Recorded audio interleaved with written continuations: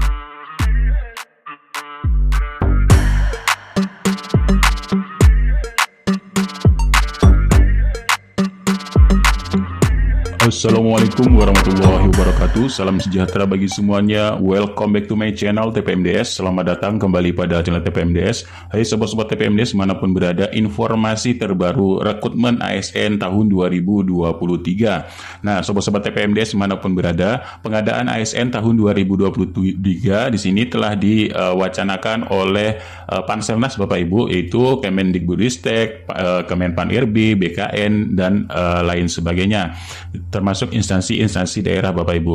Nah, rekrutmen ASN P3K Guru sendiri Bapak Ibu tahun 2023 memiliki kebijakan-kebijakan Bapak Ibu. Nah, di sini Bapak Ibu, untuk pengadaan ASN tahun 2023, Kemenpan-RB telah merilis yaitu untuk pengusulan formasi ya pengadaan aparatur sipil negara tahun 2023 sesuai dengan petunjuk teknis dari e-formasi melalui aplikasi e-formasi.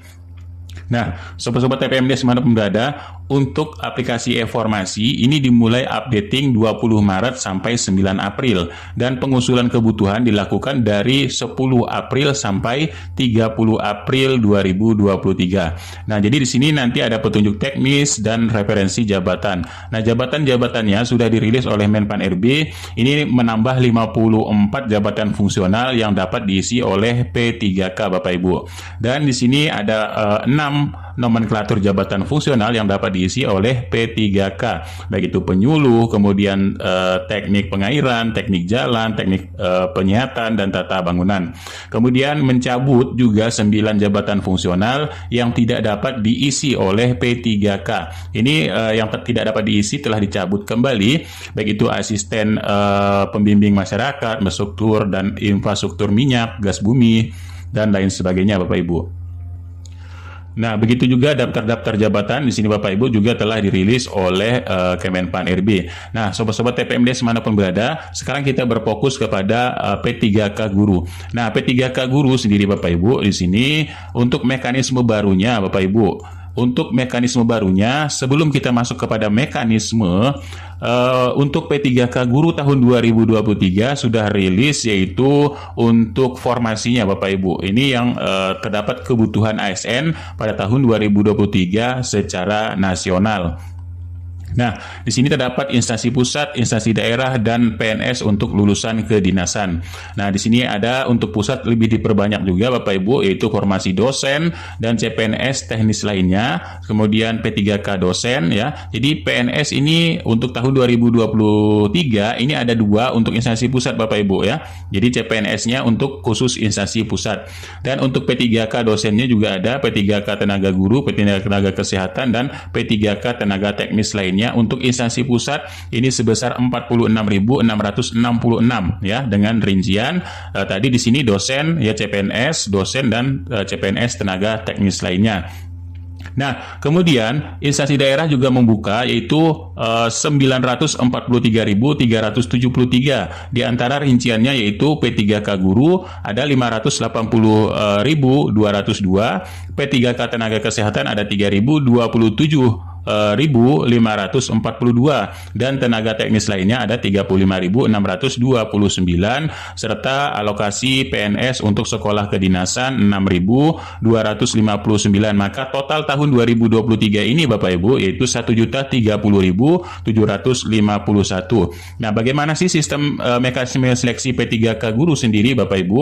Untuk P3K Guru Bapak Ibu, alur pendaftaran untuk CSN 2023 di sini ada kategori yaitu guru honorer, baik itu untuk sekolah negeri maupun sekolah swasta yang terdaftar di dalam Dapodik, Bapak Ibu. Kemudian ada individu baru yang bersertifikat pendidik atau PPG. Dan yang ketiga, guru honorer K2 yang terdaftar pada database BKN. Nah, Bapak Ibu, mulai dari sekarang Bapak Ibu harus mempersiapkan aplikasi Info GTK di Kemendikbudristek untuk memverpal ijazah, kemudian Bapak Ibu NUPTK, serta kualifikasi S1 ataupun D4 Bapak Ibu. Dan nanti Bapak Ibu masuk ke database Kemendikbudristek, ini yaitu NIK, tempat tanggal lahir ya untuk NUPTK, dan NUPTK serta NRG dari sertifikasi. Baru nanti Bapak Ibu bisa melakukan seleksi P3K.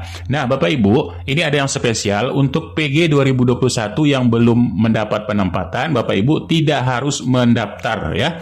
Jadi Bapak Ibu tidak perlu mendaftar kembali, tinggal Bapak Ibu memilih ya, untuk pendaftaran akun SSCSN ini untuk pemilihan formasi yang ditentukan oleh Dinas Pendidikan untuk di sekolahnya, daerahnya masing-masing. Nah, Bapak Ibu ya, jadi untuk yang PG tapi belum mendapat penempatan ini dispesialkan 2023 tidak perlu mendaftar kembali. Dan yang Bapak Ibu perlu perhatikan ya, untuk mendaftar seleksi P3K, Bapak Ibu bisa melihat dari kualifikasi pendidikan Bapak Ibu S1 atau D4, kalau D3 ini tidak bisa. Kemudian kalau Bapak Ibu sertifikasi, Bapak Ibu sesuaikan sertifikasinya Kemendikbud 16 tahun 2019, dan nanti Bapak Ibu formasi mata pelajaran yang linear. Nah, juga Bapak Ibu persiapkan untuk sinkronisasi di data Dukcapil yaitu NIK Bapak Ibu serta tempat tanggal lahir Bapak Ibu. Ini yang perlu Bapak Ibu persiapkan di tahun 2023. Nah, lalu bagaimana sih istimewanya di tahun 2023? Istimewanya di tahun 2023 ini Bapak Ibu yaitu seleksi penempatan. Tetap menjadi prioritas utama adalah yang sudah lulus passing grade pada tahun 2021, yaitu tetap masih menggunakan seleksi penempatan. Jadi Bapak Ibu, ini adalah guru honorer yang telah memiliki nilai ambang batas pada tahun 2021 namun belum mendapatkan formasi. Nah, di tahun 2023 ini diprioritaskan untuk ditempatkan saja Bapak Ibu ya, tidak perlu khawatir.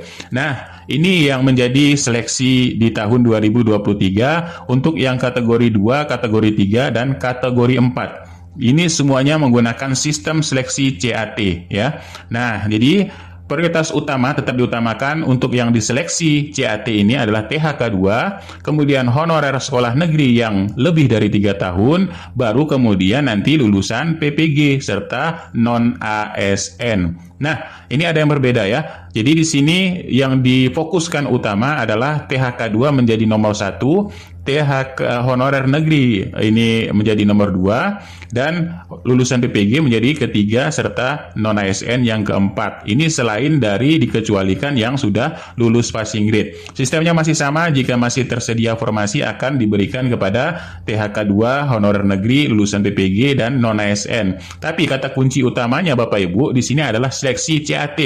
Dengan seleksi nilai akhir adalah wawancara. Nah, wawancara paling banyak 3 kali dari jumlah kebutuhan jabatan dalam satu instansi berdasarkan ranking yang tertinggi dan ketersediaan kebutuhan di sekolah. Sama ya Bapak Ibu, untuk yang PPG dan non-ASN seperti itu juga. Nah, kemudian yang non-ASN ini adalah non-ASN sekolah negeri yang belum mengabdi 3 tahun, tapi setelah Juni 2020 sampai dengan sekarang, serta honorer di sekolah swasta Bapak Ibu.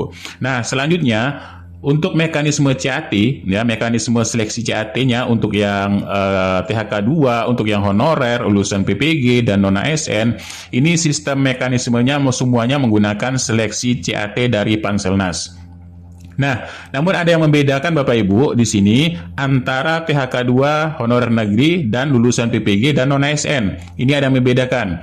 Yang untuk THK 2 khusus ya, THK 2 dan honorer, ini menggunakan seleksi CAT, cuman yang diseleksi adalah kompetensi guru saja. Kompetensi guru dan kinerja guru sesuai dengan peraturan yang berlaku. Nah, berbeda dengan lulusan PPG dan non-ASN negeri swasta yang belum 3 tahun, ini CAT-nya masih menggunakan seleksi kompetensi teknis, manajerial, sosiokultural Bapak Ibu. Nah, ini yang membedakan. Kalau kemarin kan di sini menggunakan seleksi observasi, tapi sekarang menggunakan seleksi CAT yang mensyaratkan untuk kompetensi kinerja guru dan kompetensi guru merujuk pada peraturan yang berlaku. Nah, kemudian kelulusan seleksi ditentukan dari 3 kali jumlah kebutuhan jabatan dalam satu instansi dan di ranking Bapak Ibu ya, di ranking sesuai dengan ketersediaan formasi.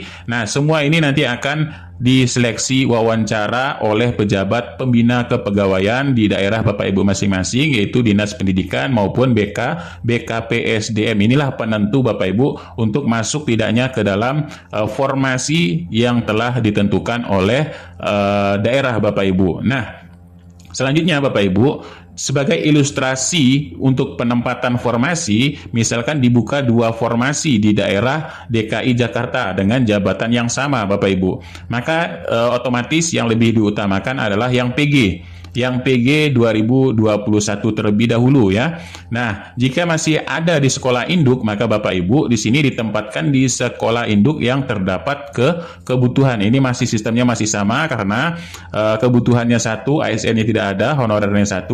Namun untuk formasi yang kedua ya, formasi yang kedua misalkan pada sekolah B ini terdapat kelebihan guru, maka untuk yang THK 2 karena dia mendapatkan peringkat pertama Bapak Ibu, ini akan dialokasikan ke sekolah lain karena sekolah lain ini yang masih terdapat kebutuhan. Misalkan pada sekolah C masih terdapat kebutuhan, maka Bapak Ibu yang THK 2 ini akan ditempatkan kepada sekolah yang terdapat kebutuhan.